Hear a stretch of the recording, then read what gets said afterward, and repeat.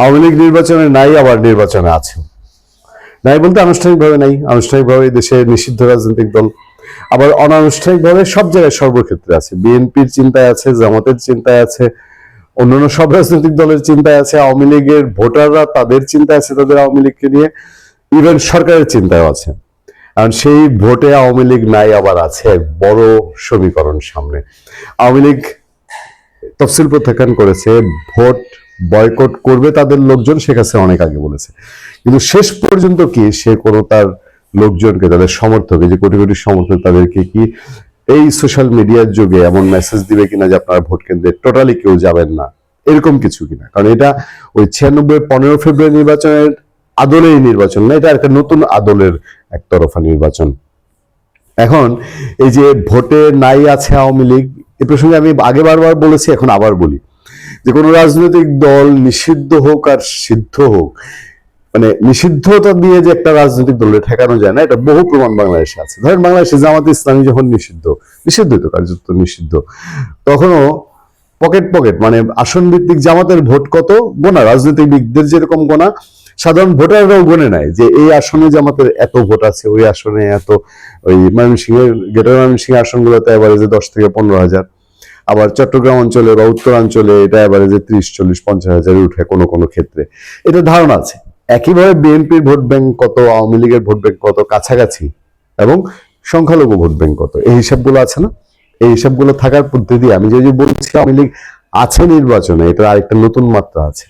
সেই নতুন মাত্রা হলো আওয়ামী লীগের যারা, ধরেন না আওয়ামী লীগের 17-18 বছরে অপকর্ম করে নাই সত্যিকার অর্থে, আওয়ামী লীগের তো অসংখ্য লোক অপকর্ম করেছে, এবং যারা পালিয়ে গেছে তাদের ভিতরে পাপের চিহ্ন আছে, তারা ওই পাপের থেকেও একটা ভয় পেয়ে পালিয়েছে। এইটা অস্বীকার করার কোনো উপায় নেই, আওয়ামী লীগের লোকজন এটা অস্বীকার করে না। বহু লোক মানে এমনিতে রিয়েলি অত্যাচারিত হওয়ার নির্দোষ লোক পালিয়েছে যতটা, ততটা দোষীও পালিয়েছে। কিন্তু এর বাইরে যারা ওই যে আওয়ামী লীগের সময় এসব দোষের কারণে, অন্যায় অপরাধ বোধের কারণে নিজেদেরকে গুটিয়ে নিয়েছিল, কিন্তু ভেতরে আওয়ামী লীগ, আপাতবস্তক আওয়ামী লীগ, রক্তে আওয়ামী লীগ, আদর্শে আওয়ামী লীগ, শেখ মুজিবুর রহমান, বঙ্গবন্ধু শেখ মুজিবুর রহমানের আওয়ামী লীগ, সেই লোকগুলোর মধ্যে যারা রাজনীতিবিদের এক পা কবরে গেলেও নির্বাচন কামড়ায়। তারা নির্বাচনের জন্য এখন নানান রকম পকেট খুঁজে, নির্বাচন হয়ে যাবে, আওয়ামী লীগ কবে আসবে, আবার আওয়ামী লীগের আনুষ্ঠানিক কোনো রূপ কি দেখা যাবে কিনা, আচ্ছা আগে পরের নির্বাচনে হয়তো আওয়ামী লীগ ভালোভাবে ফিরে আসবে, এই নির্বাচনের পরে হয়তো নিষেধাজ্ঞা উঠে যাবে, তারপরে আওয়ামী লীগ ভালোভাবে ফিরে আসবে, যেটা মনে করা হয়েছিল 15-20 বছর কোনো হদিশ পাওয়া যাবে না, তা হয়তো না, পরবর্তী নির্বাচনে আওয়ামী লীগ ক্ষমতায় চলে আসতে পারে। এরকম কিছু মানুষজন দেখবেন আপনার আশেপাশে আছে, তারা নির্বাচনের জন্য এখন আর দিল্লির দিকে যে টানাপোড়েনে ছিল, এইটা বোধহয় কিছুটা কমতে শুরু করেছে। কারণ দিল্লি থেকে এমন কোনো বার্তা হয়তো শেষ পর্যন্ত নাও আসতে পারে যে কেউই এই সরকারের অধীনে, ডক্টর ইউনূস সরকারের অধীনে নির্বাচন করলে সে জাতীয় বেঈমান সারা জীবনের জন্য রাজাকার হয়ে যাবে, এইরকম ইঙ্গিত পাওয়া যাচ্ছে না। এর একটা লক্ষণ আমি আপনাদের সামনে তুলে ধরি, যেখানে বিবিসি রিপোর্ট করেছে, কলকাতা থেকে তাদের প্রতিনিধি অমিতাভ ভট্টশালী তিনি সংবাদ পাঠিয়েছেন যে বাংলাদেশের সদ্য ঘোষিত নির্বাচনী তফসিল প্রত্যাখ্যান করার ঘোষণা দিয়েছে ক্ষমতাচ্যুত এবং দেশটিতে কার্যক্রম নিষিদ্ধ থাকা আওয়ামী লীগ। নির্বাচনকালীন একটি নিরপেক্ষ সরকারের অধীনে নির্বাচন আয়োজনের জন্য দলটি দাবি জানিয়েছে। যেই নিরপেক্ষ সরকার এতদিন দাবি ছিল বিএনপির তত্ত্বাবধায়ক সরকার, এখন আর বিএনপি দাবি করে না, আর আগে আওয়ামী লীগ এই শব্দ শুনতেও পারতো না, এখন তারা বলছে যে নিরপেক্ষ সরকারের অধীনে নির্বাচনের দাবি। আওয়ামী লীগের একটি বিবৃতিতে বলা হয়েছে, দেশের জনগণের বৃহত্তম অংশের প্রতিনিধিত্বকারীদের বাইরে রেখে ঘোষিত নির্বাচন তফসিল বাংলাদেশ আওয়ামী লীগ প্রত্যাখ্যান করছে। ফেব্রুয়ারি মাসের নির্বাচনকে একটি অসাংবিধানিক সরকারের অধীনে অবৈধ নির্বাচন বলে মন্তব্য করেছেন ভারতে অবস্থানরত দলটির নেতারা। 24 সালে গণঅভ্যুত্থানে ক্ষমতাচ্যুত হওয়ার পর থেকে দলটির প্রধান শেখ হাসিনা অনেক শীর্ষ নেতা ভারতে অবস্থান করছেন। তবে নির্বাচনী তফসিল প্রত্যাখ্যান করলেও দলের পক্ষ থেকে নির্বাচন বয়কটের মতো কোনো ঘোষণা দেওয়া হয়নি। এটা কিন্তু খুব গুরুত্বপূর্ণ, সিগনিফিক্যান্ট। আমি আরো কিছু তথ্য আপনাদেরকে জানানোর চেষ্টা করব। তবে গত অক্টোবর মাসে সংবাদ সংস্থা রয়টার্সকে দিয়ে আমি যেটা বলছিলাম, ইমেল সাক্ষাৎকারে শেখ হাসিনা বলেছিলেন যে আওয়ামী লীগকে আগামী বছরের নির্বাচনে অংশ নিতে না দেওয়া হলে দলটির লাখ লাখ সমর্থক এই নির্বাচন বয়কট করবে।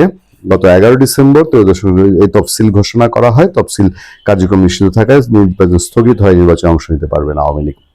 এবার আসেন মোদ্দা কথায়, যে নিরপেক্ষ সরকারের দাবি, সেই দাবি তুলেছে আওয়ামী লীগ। পাশাপাশি এই নির্বাচনে থাকতে চায় আওয়ামী লীগ।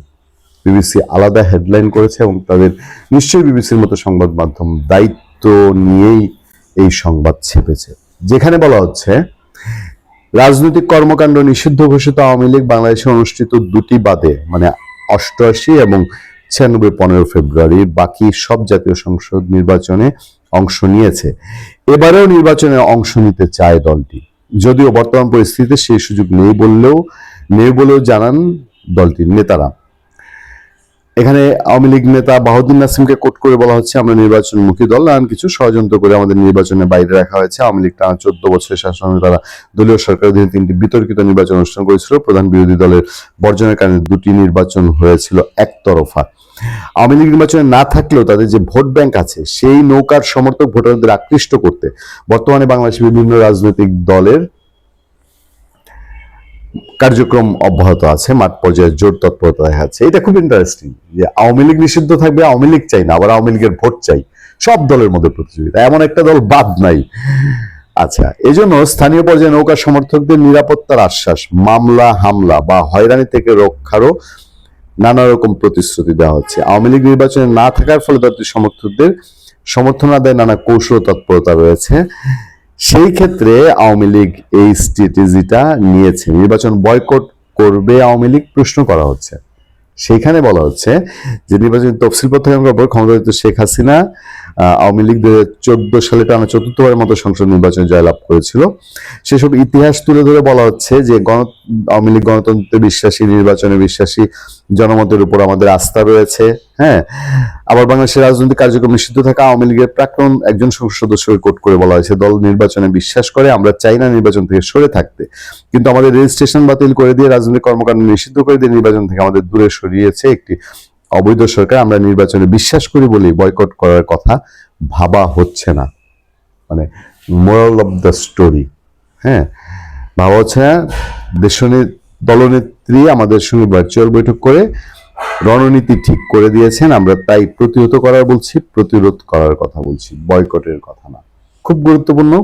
এবং আমার ধারণা যে যদি এই যে দেশে আমি যাদের কথা বললাম, যে অংশটা এর আগে তারা আপাতমস্তক আওয়ামী লীগের সমর্থন করে, সাপোর্ট, এবং আওয়ামী লীগের জন্য এটা একটা ঝুঁকি।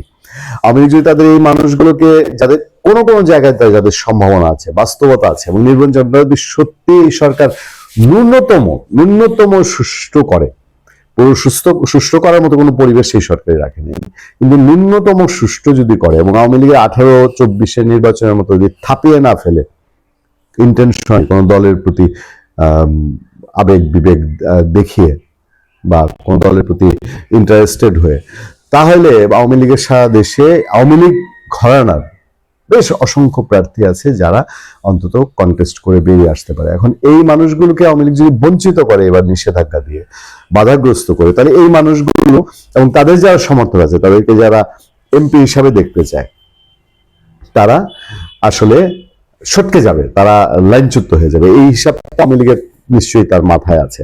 এবং আরো ইন্টারেস্টিং কিছু হিসাব যেগুলো যোগ হয়, সেগুলো হচ্ছে যে এই বাংলাদেশে বহু উদাহরণ আছে, বহু মানুষ আওয়ামী লীগ ঘরানার, বিএনপি ঘরানার, তার চিহ্নিত আওয়ামী লীগের নেতা, বিএনপি নেতা, বা তার নির্বাচনী এলাকায় তার এমন একটা স্বতন্ত্র অবস্থা আছে যে সেখানে আওয়ামী লীগ বিএনপি নির্বিশেষে বাংলাদেশের ভোট। আমি শুধু আমার নিজের নির্বাচনী এলাকা উদাহরণ দিই। 2008 সালের নির্বাচনে সারা দেশে পরিচিত মুখ লুৎফুজ্জামান বাবর, তাকে বিএনপি নমিনেশন দেয়নি, সেখানে কর্নেল আতিক নামে এক ভদ্রলোককে নমিনেশন দিয়েছিল, খুবই অপরিচিত মুখ। লুৎফুজ্জামান বাবর স্বতন্ত্র ইলেকশন করলেন আনারস মার্কা নিয়ে, ধানের শীষ মার্কা নিয়ে ইলেকশন করলেন কর্নেল আতিক, এবং নৌকা প্রতীক নিয়ে সাবেক এমপি মরহুম আব্দুল মোমেনের স্ত্রী, নারী, তিনি কখনো রাজনীতি করেন নাই, রেবেকা মোমেন ইলেকশন করলেন। রেবেকা মোমেন লাখদের ভোট পেয়ে পাশ করে গেলেন। তার নিকটতম প্রতিদ্বন্দ্বী মাঠে ধানের শীষ রেখেও আনারস প্রতীকের লুৎফুজ্জামান বাবর পেলেন 90,000-এর উপরে ভোট, আর ধানের শীষ মার্কা সেইখানে পেলেন মাত্র 10,000 ভোট। আপনি বলতে পারেন না যে আজকে 15-17 বছরে এই হিসাব সেন্টিমেন্ট একেবারে আমূল পরিবর্তন হয়ে গেছে? ওইখানে কিন্তু আপনি এখন যান, বিএনপির জয় জয়কার, বিএনপির লুৎফুজ্জামান বাবর বিএনপির প্রার্থী, জয় জয়কার নিশ্চিত। কিন্তু সে লুৎফুজ্জামান বাবর একা একটা ফ্যাক্টর। আওয়ামী লীগে সেই রকম একাধিক মানুষ আছে। ধরেন যদি কোনো কারণে আব্দুল মান্নান, সাবেক পরিকল্পনা প্রতিমন্ত্রী, তিনি ইলেকশন করলেন সুনামগঞ্জ থেকে, তিনি আওয়ামী লীগ যদি জাতীয়ভাবে এখন নির্বাচনে নাও থাকে, আব্দুল মান্নান ইলেকশন করলে পরে সেইখানে ওই যে লুৎফুজ্জামান বাবরের 2008 সালে যে সিচুয়েশন হয়েছে না, ওই লাউ কুমড়া চদু মধু যেই মার্কাই দেন, এই লোক তেমন লোক যাকে এই সরকার 1 মাস জেলে রাখতে পারে নাই বিএনপি এবং স্থানীয় মানুষজনের চাপে। ফলে ভোটের রাজনীতি এই টাইপের। আমি ওই দুই দলের দুই উদাহরণ দিয়ে বোঝানোর চেষ্টা করলাম যে এরকম মানুষ অসংখ্য আছে, অসংখ্য প্রার্থী। তারা শুধু সুযোগের অপেক্ষায় একটা চিন্তা করছে, নির্বাচনটাকে আসলে সুষ্ঠু হবে। আসলে এমন না তো যে এই সরকার জামাতরে পাশ করায় নিয়ে আসবে সব, এই সরকার বিএনপি প্রার্থীকে সব পাশ করায় নিয়ে আসবে।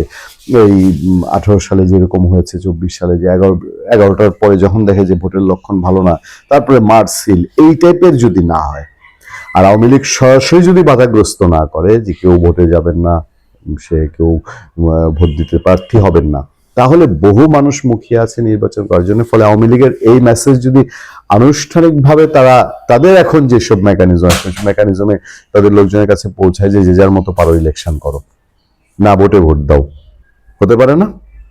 না ঠেকাও, আগে হাঁ ঠেকাও, গণভোটে হাঁ ঠেকাও, সব যাও, গিয়ে নাতে ভোট দাও। এই টেকনিকে যদি আওয়ামী লীগ যায়, তাহলে আওয়ামী লীগ ঘরানার এবার ব্যানারটা এবার বলেন যে স্বচ্ছ ইমেজের আওয়ামী লীগ, ব্যানারটা এবার বলেন রিফর্ম আওয়ামী লীগ। নৌকা না থাকলেও কোনো না কোনো ভাবে, ওই যে বলছিলাম, ভোটে না থেকেও ভোটে আওয়ামী লীগ। ভালো থাকবেন, সুস্থ থাকবেন। আপনাদের সাথে আমি আতিক রহমান, পূর্ণিয়া।